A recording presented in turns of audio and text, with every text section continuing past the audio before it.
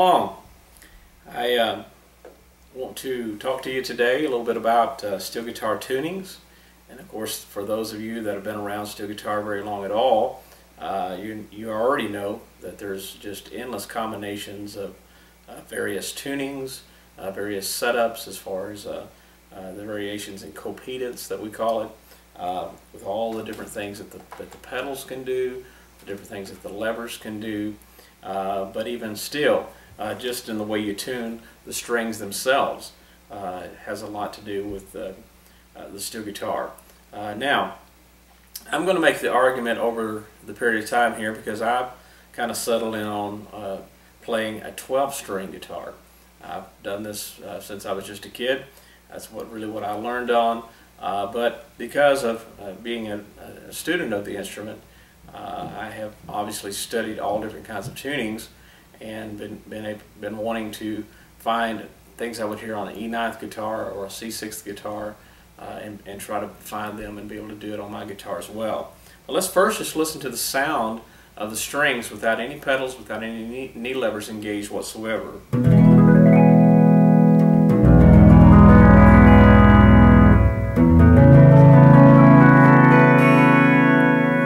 That's pretty unique in the world of steel guitar. Let's listen to it from the other direction.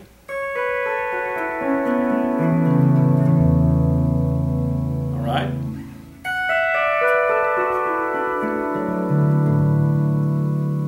Now, that's actually a pretty nice chord right there. It's actually called an E6-9 tuning. That's why I've kind of dubbed this as my tuning, which most people in the world of steel guitar will acknowledge that it is pretty unique, E6-9 tuning. But at the same time, I've had a lot of people recently tell me that it sounds very harp-like. And I get a lot of comments about that. And particularly when I've engaged my right knee left, I get that major seventh in there. But everything is kind of available.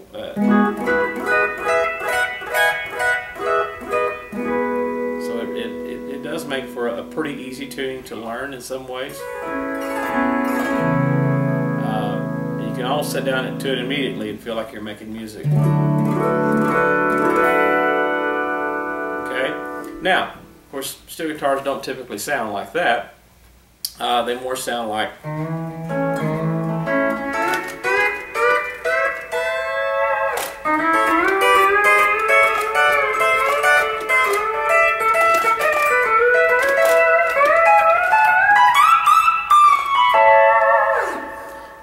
Now, in order to begin to kind of start that process of, well, how do you find just the basic E9 tuning upon my setup?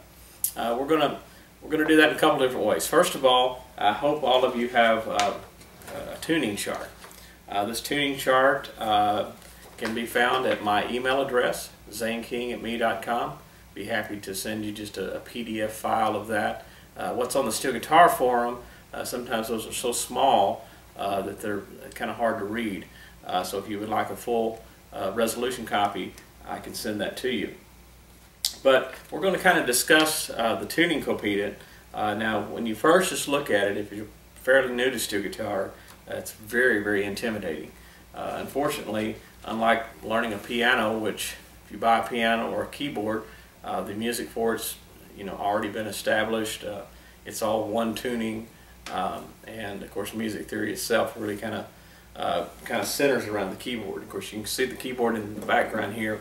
I started when I was about 7 years old learning the piano, and to some degree I feel a little bit more accomplished on the piano, at least from a theory standpoint. So where we really begin to want to start here just at the very basics of this tuning is talking a little bit about where will we find our basic chords and where will we find our E9th things that we've kind of been accustomed to hearing through the years. First of all, the major grips.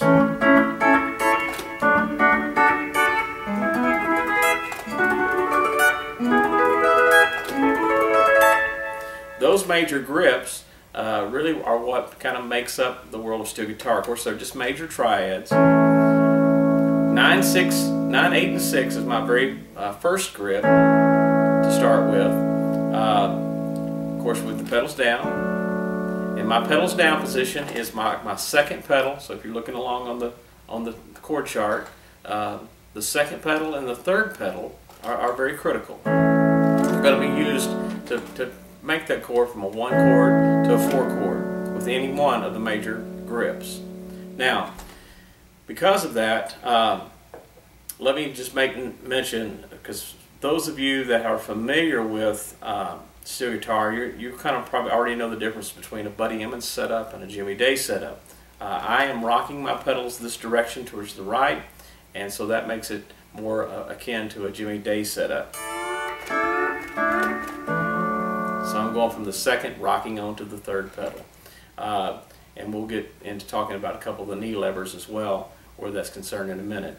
Right now though, in looking at the tuning, the next grip, 865, is going to fortunately be the same as what, if those of you who've been playing, your 865 grip is the same. 654 is now 653. And then of course the most radical difference of all is the very top one, 5, 4, and 3 on the E9 guitar would now be 5, 3, 1. And so now you've got 5, 3, 1, 3, 5, 6, 8, 6, 5, 6, 8, 9. And also I have another grip that's kind of available to me in the E tuning, which is the very bottom one, 8 strings, 8, 9, and 10.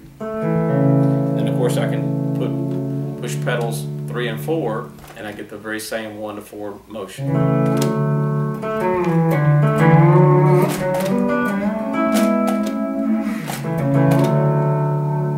Recently I did a version of Slowly on the YouTube, and there's a part right there where I do use that bottom grip. So it's got, you know, it's got its purposes, but it's definitely different than what you may somewhat hear on an E9 guitar, because it's lower triad. Now let's also cover just real quickly, looking at the lowering of the E's. Basically the same kind of motion. I have on my left knee left, so we've got that.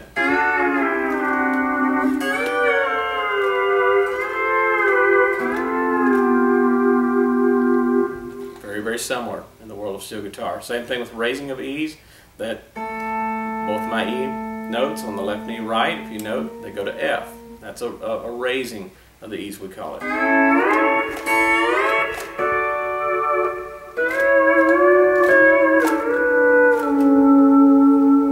Can be done with just 2 pedals and two knee levers.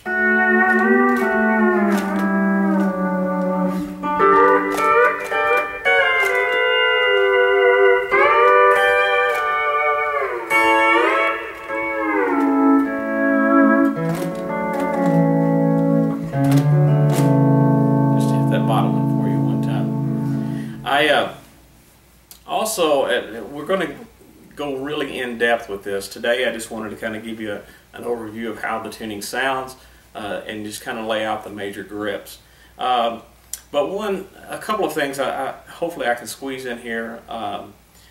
Let's talk just a little bit about the top side of the tuning. And of course we know an E9 guitar is going to sound like this. You just rake across the first 6 strings. That's what it sounds like. Now, you may not have noticed what I was doing on this hand, but my first 6 strings are going to sound like this. I'm going to go ahead and engage the 4th string up to an E flat, just to put that note kind of in the world of a standard open tuning E9 guitar, so you can kind of hear the difference. So coming straight back on my guitar is. E9 guitar is. So if we were over here on the piano, you could see on my guitar it would literally come straight down from G sharp, F sharp, E, C sharp, B, G sharp, and as we continue on down, everything is it just lays straight, kind of in a vertical motion.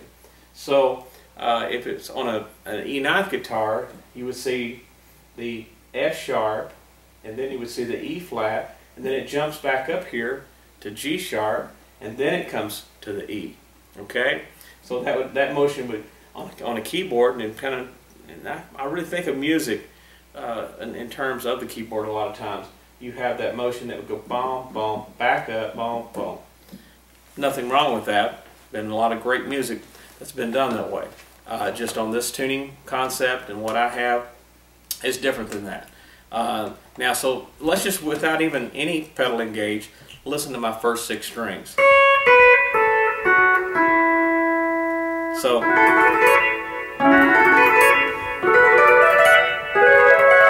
putting the E flat note in there.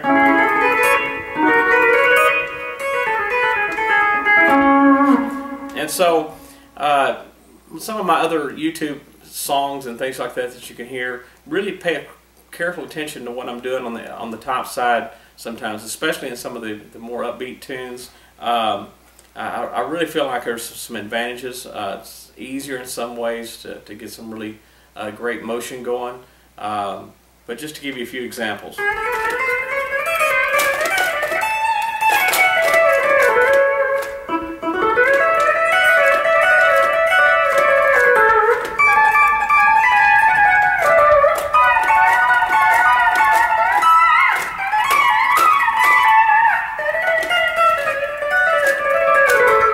So you can see what I'm doing.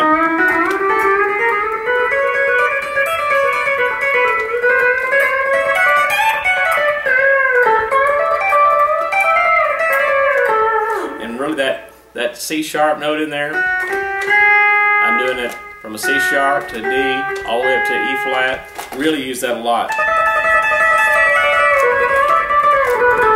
And a lot of my banjo type licks, but there's a lot of different music that it's really helpful for me to have. And so all that right there is using that C sharp note it's in about everything I do. So I think it's really has its advantages. Of course, there's a lot of different things I can do with the top side that's still very akin to the E9 tones as well. There's probably just a handful of licks that I've heard through the years where they get the crossover action going. Might be the phrasing of it a little bit difficult to get on my guitar. But then musically it seems like I come up with something that just as relative, sounds very similar, and then of course I feel like I'm able to take it a step further with my strings tuned the way they are. So really I want to challenge you to look at that side of my tuning, my guitar. If you're looking at making some changes or looking at just getting into the world of learning steel guitar, I think this tuning concept, just from that alone, it's going to make a lot of sense to you. So come on back and we'll just keep this conversation going, and we'll get deeper and deeper into studying these tunings, and also getting into the big C6 side of it as well. It's going to be a lot of fun. I got 7 pedals, 5 knee levers, 12 strings, and there's a lot of music in this thing. So come on back.